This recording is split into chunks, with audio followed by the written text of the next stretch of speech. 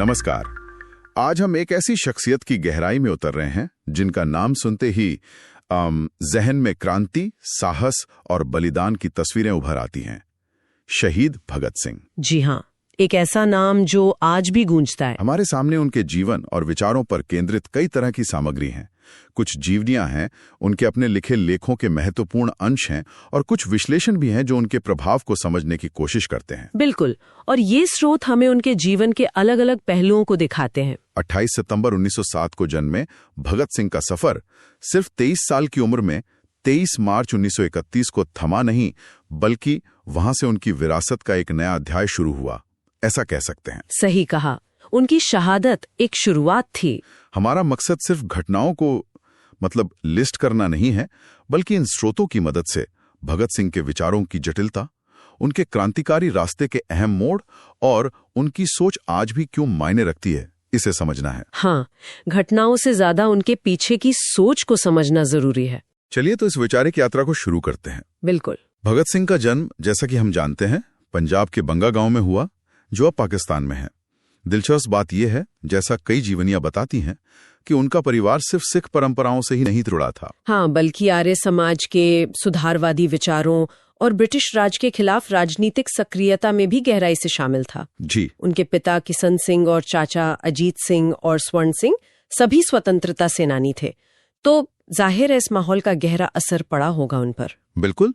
स्रोत यही बताते हैं कि देशभक्ति और विद्रोह की भावना उन्हें कह सकते हैं विरासत में मिली थी। छोटी उम्र से ही वो अपने चाचाओं की गतिविधियों में रुचि लेते थे। और फिर 1919 में जलियांवाला बाग नरसंहार हुआ। कई लेख इस घटना को उनके जीवन का एक निर्णायक मोड़ मानते हैं। हाँ, उस वक्त वो शायद 12 साल के रहे होंगे। जी। उस किशोर मन पर अंग्रेजी हुकूमत की क्रूरता की एक अमिट छाप पड़ी और उनका संकल्प और दृढ़ हुआ।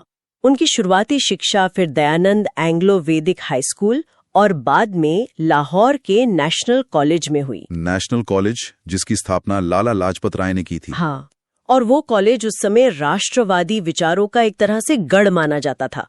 और इसी नेशनल कॉलेज के माहौल ने, जैसा कि कुछ संस्मरण बताते हैं, उन्हें राम प्रसाद बिस्मिल और अशफाकुल्ला खान जैसे क्रांतिकारियों के बारे में जानने और फिर हिंदुस्तान रिपब्लिकन एसोसिएशन यानी HRA की ओर आकर्षित किया। जी, और बाद में वे इसके सबसे सक्रिय सदस्यों में से एक बने।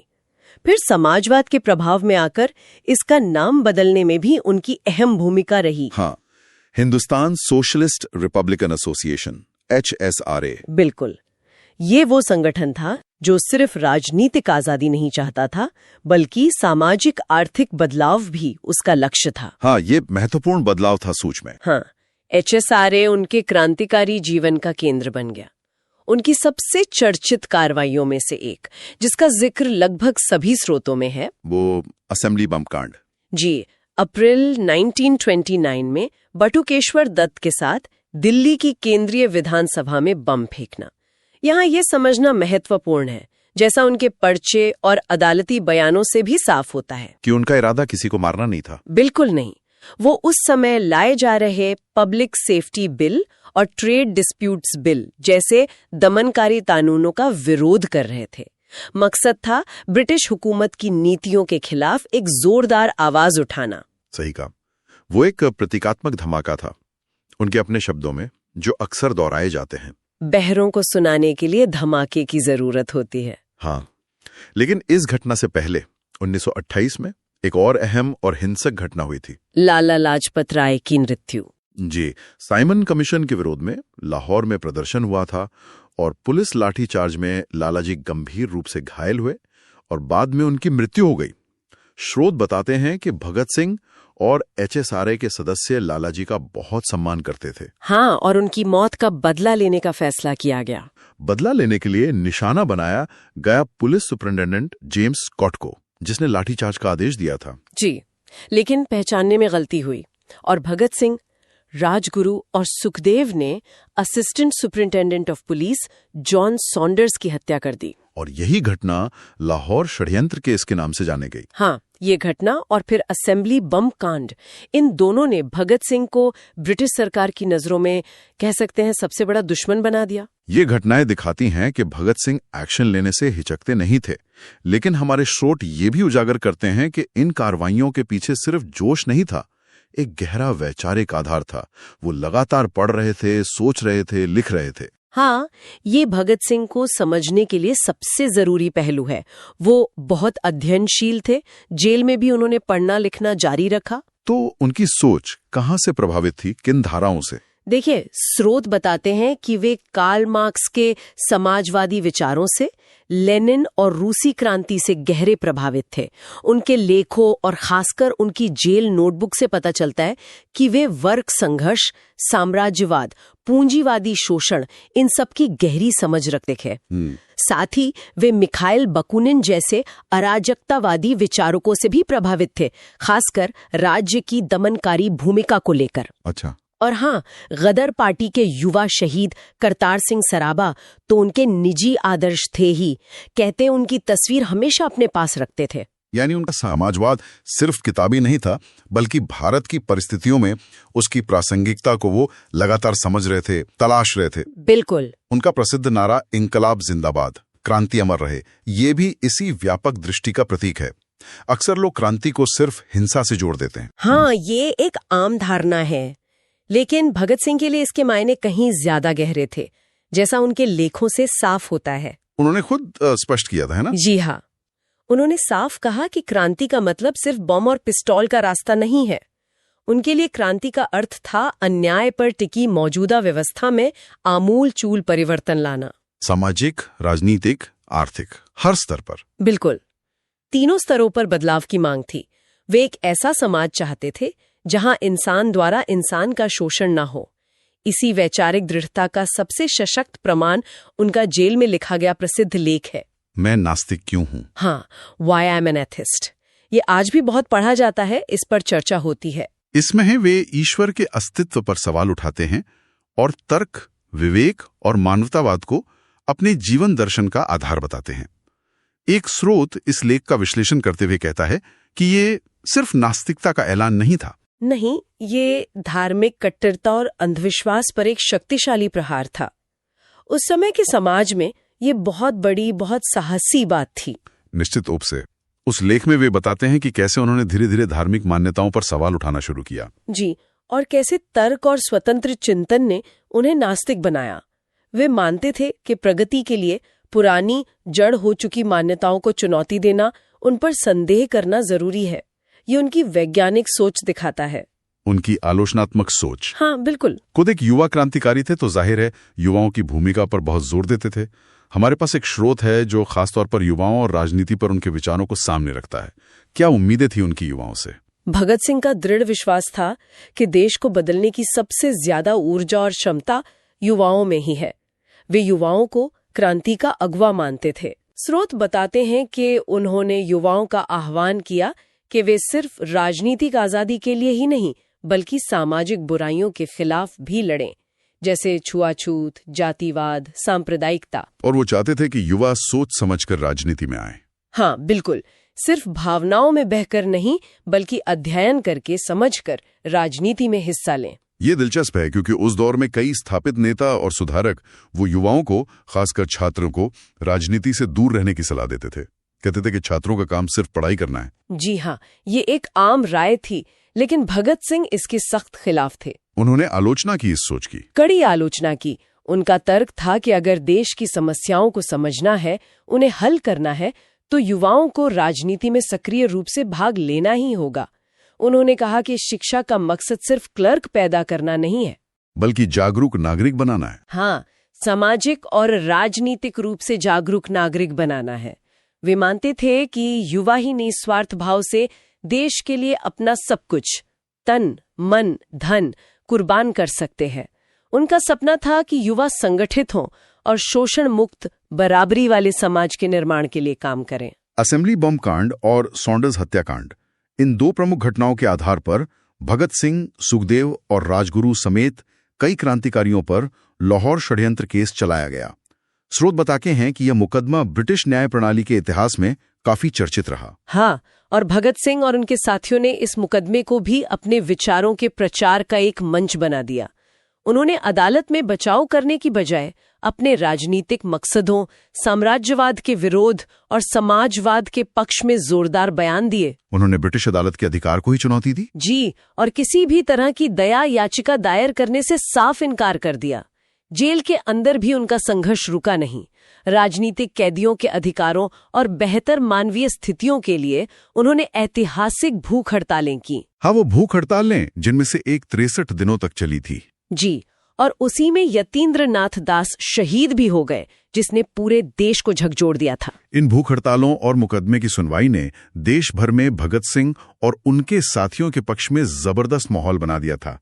कई राष्ट्रीय नेताओं पर दबाव था, यहाँ तक कि गांधी जी पर भी, कि वे हस्तक्षेप करें। हाँ, अंतर्राष्ट्रीय स्तर पर भी आवाजें उठी, लेकिन ब्रिटिश सरकार वो उन्हें छोड़ने या सजा कम करने को तैयार नहीं थी। अंततः उन्हें फांसी की सजा सुनाई गई। और फिर 23 मार्च 1931 की वो तारीख आई। जी, तय समय से पहले ही शाम को लाहौर सेंट्रल जेल में भगत सिंह, सुखदेव और राजगुरु को फांसी दे दी गई। उनकी उम्र महज 23 साल थी। सिर्फ 23 साल। इस शहादत ने उन्हें रातों रात भारतीय स्वतंत्रता संग्राम का महानायक बना दिया। ये तारीख आज भी भारत में शहीद दिवस के रूप में याद की जाती है। उनके बलिदान और साहस को श्रद्धांजलि। बिल्कुल, उनकी शहादत ने आजादी के आंदोलन में एक नई ऊर्जा भर दी। इतनी छोटी सी जिंदगी, लगातार क्रांतिकारी गतिविधियों में सक्रियता, मुकदमे और जेल, इसके बावजूद भगत सिंह ने काफी कुछ लिखा भी। हमने मैं नास्तिक क्यों हूं का जिक्र किया। हमारे स्रोत उनके और किन लेखों या रचनाओं को महत्वपूर्ण मानते हैं? मैं नास्तिक क्यों हूं के अलावा उनकी जेल नोटबुक बहुत महत्वपूर्ण है। ये दरअसल उनकी डायरी जैसी है, जिसमें वे जेल में पढ़ी गई किताबों के नोट्स, उद्धरण और अपने विचार दर्ज करते थे। अच्छा। इससे उनके व्यापक अध्ययन और वैचारिक गहराई का पता चलता है। उनके कई और लेख, पत्र, अदालती बयान, ये सब भी संकलित किए गए हैं, जैसे the Jail Notebook and other writings जैसे संकलनों में मिलते हैं। उन्होंने ड्रीमलैंड नाम की एक किताब की भूमिका भी लिखी थी। जी हाँ, और कुछ स्रोत उनके उन लेखों का भी जिक्र करते हैं जो उन्होंने छात्र जीवन में लिखे थे, जैसे भाषा और लिपि की समस्या पर या सांप्रदायिकता पर, जो उनकी शुरुआती राजनीतिक और सामाजिक समझ को दर्शाते हैं। तो सवाल उठता है कि भगत सिंह की विरासत क्या सिर्फ इतिहास की किताबों, नारों या तस्वीरों तक सीमित है, या आज के दौर में भी उनकी कोई प्रासंगिकता है? स्रोत इस बारे में क्या कहते हैं? स्रोत और विश्लेषण इस बात पर लगभग एक मत है कि भगत सिंह की विरासत आज भी बेहद जीवंत और प्रासंगिक है। वो सिर्फ अतीत के नायक नहीं है।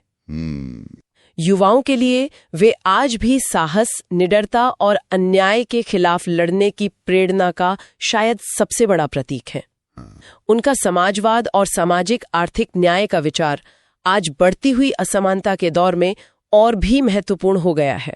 उनकी आलोचनात्मक सोच? हाँ, उनकी आलोचनात्मक सोच, हर चीज पर सवाल उठाना और तर्क को महत्व देने का आग्रह आज के फेक न्यूज और प्रोपेगेंडा के जमाने में एक जरूरी मार्गदर्शक सिद्धांत है। और उनका धर्मनिरपेक्ष नजरिया? बिल्कुल, उनका धर्मनिरपेक्ष नजरिया और सांप्रदायिकता का पुरजोर विरोध आज भारत के सामाजिक ताने बाने के लिए अत्यंत प्रासंगिक है। जब भी स्वतंत्रता संग्राम की बात होती है तो अक्सर दो नामों की तुलना की जाती है, महात्मा गांधी और भगत सिंह।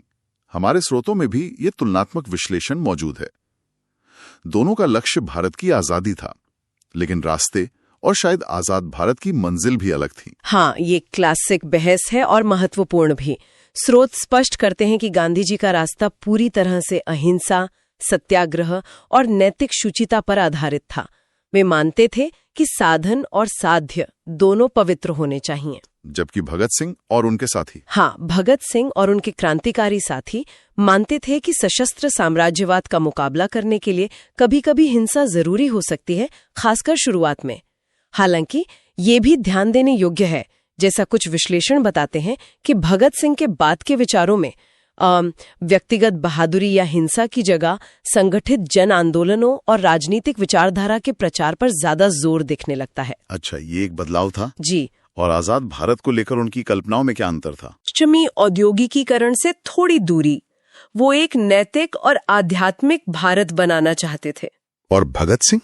वहीं भगत सिंह एक समाजवादी गणराज्य का सपना देखते थे, वे चाहते थे कि उत्पादन के साधनों पर मजदूरों और किसानों का नियंत्रण हो, जमींदारी और पूंजीवाद खत्म हो और धर्म का राजनीति से कोई लेना देना न हो। वो पूर्ण सामाजिक और आर्थिक समानता के पक्षधर थे। तो हम कह सकते हैं कि गांधी जी बदलाव के लिए व्यक्ति के नैतिक उत्थान पर जोर दे रहे थे, जबकि भगत सिंह व्यवस्था के क्रांतिकारी परिवर्तन पर। हाँ, मोटे तौर पर ऐसा कह सकते हैं।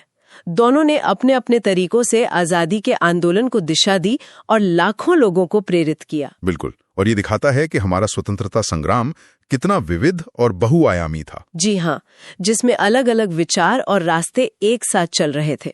दोनों की अपनी अपनी जगह है और दोनों की विरासत आज भी हमें सोचने और सीखने के लिए प्रेरित करती है। तो इस पूरी चर्चा से अब जो बात उभर कर सामने आती है वो ये है कि भगत सिंह सिर्फ एक एक्शन हीरो या शहीद नहीं थे। वे एक गंभीर विचारक थे, एक प्रतिबद्ध समाजवादी, एक कुशल लेखक और युवाओं के लिए प्रेरणा के निरंतर स्रोत। हमारे सामने जो स्रोत थे वे इस बहुआयामी तस्वीर को और साफ करते हैं। बिल्कुल, उनके विचार समाजवाद, धर्मनिरपेक्षता, साम्राज्यवाद विरोध, तर्कशीलता और अन्याय के खिलाफ कभी न झुकने वाला जज्बा, ये सब आज भी प्रासंगिक बने हुए हैं। उनकी कहानी हमें याद दिलाती है कि आजादी सिर्फ विदेशी शासन से मुक्ति नहीं है। हाँ, बल्कि ये शोषण, असमानता और पिछड़े विचारों से भी मुक्ति की लड़ाई है।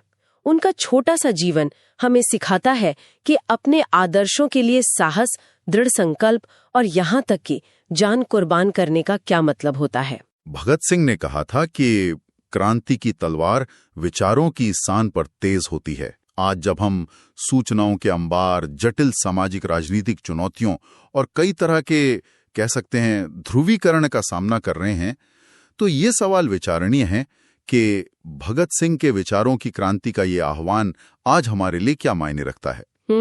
एक गहरा सवाल है। इसी सवाल के साथ आज की एक गहन चर्चा यहीं समाप्त करते हैं। नमस्कार। नमस्कार।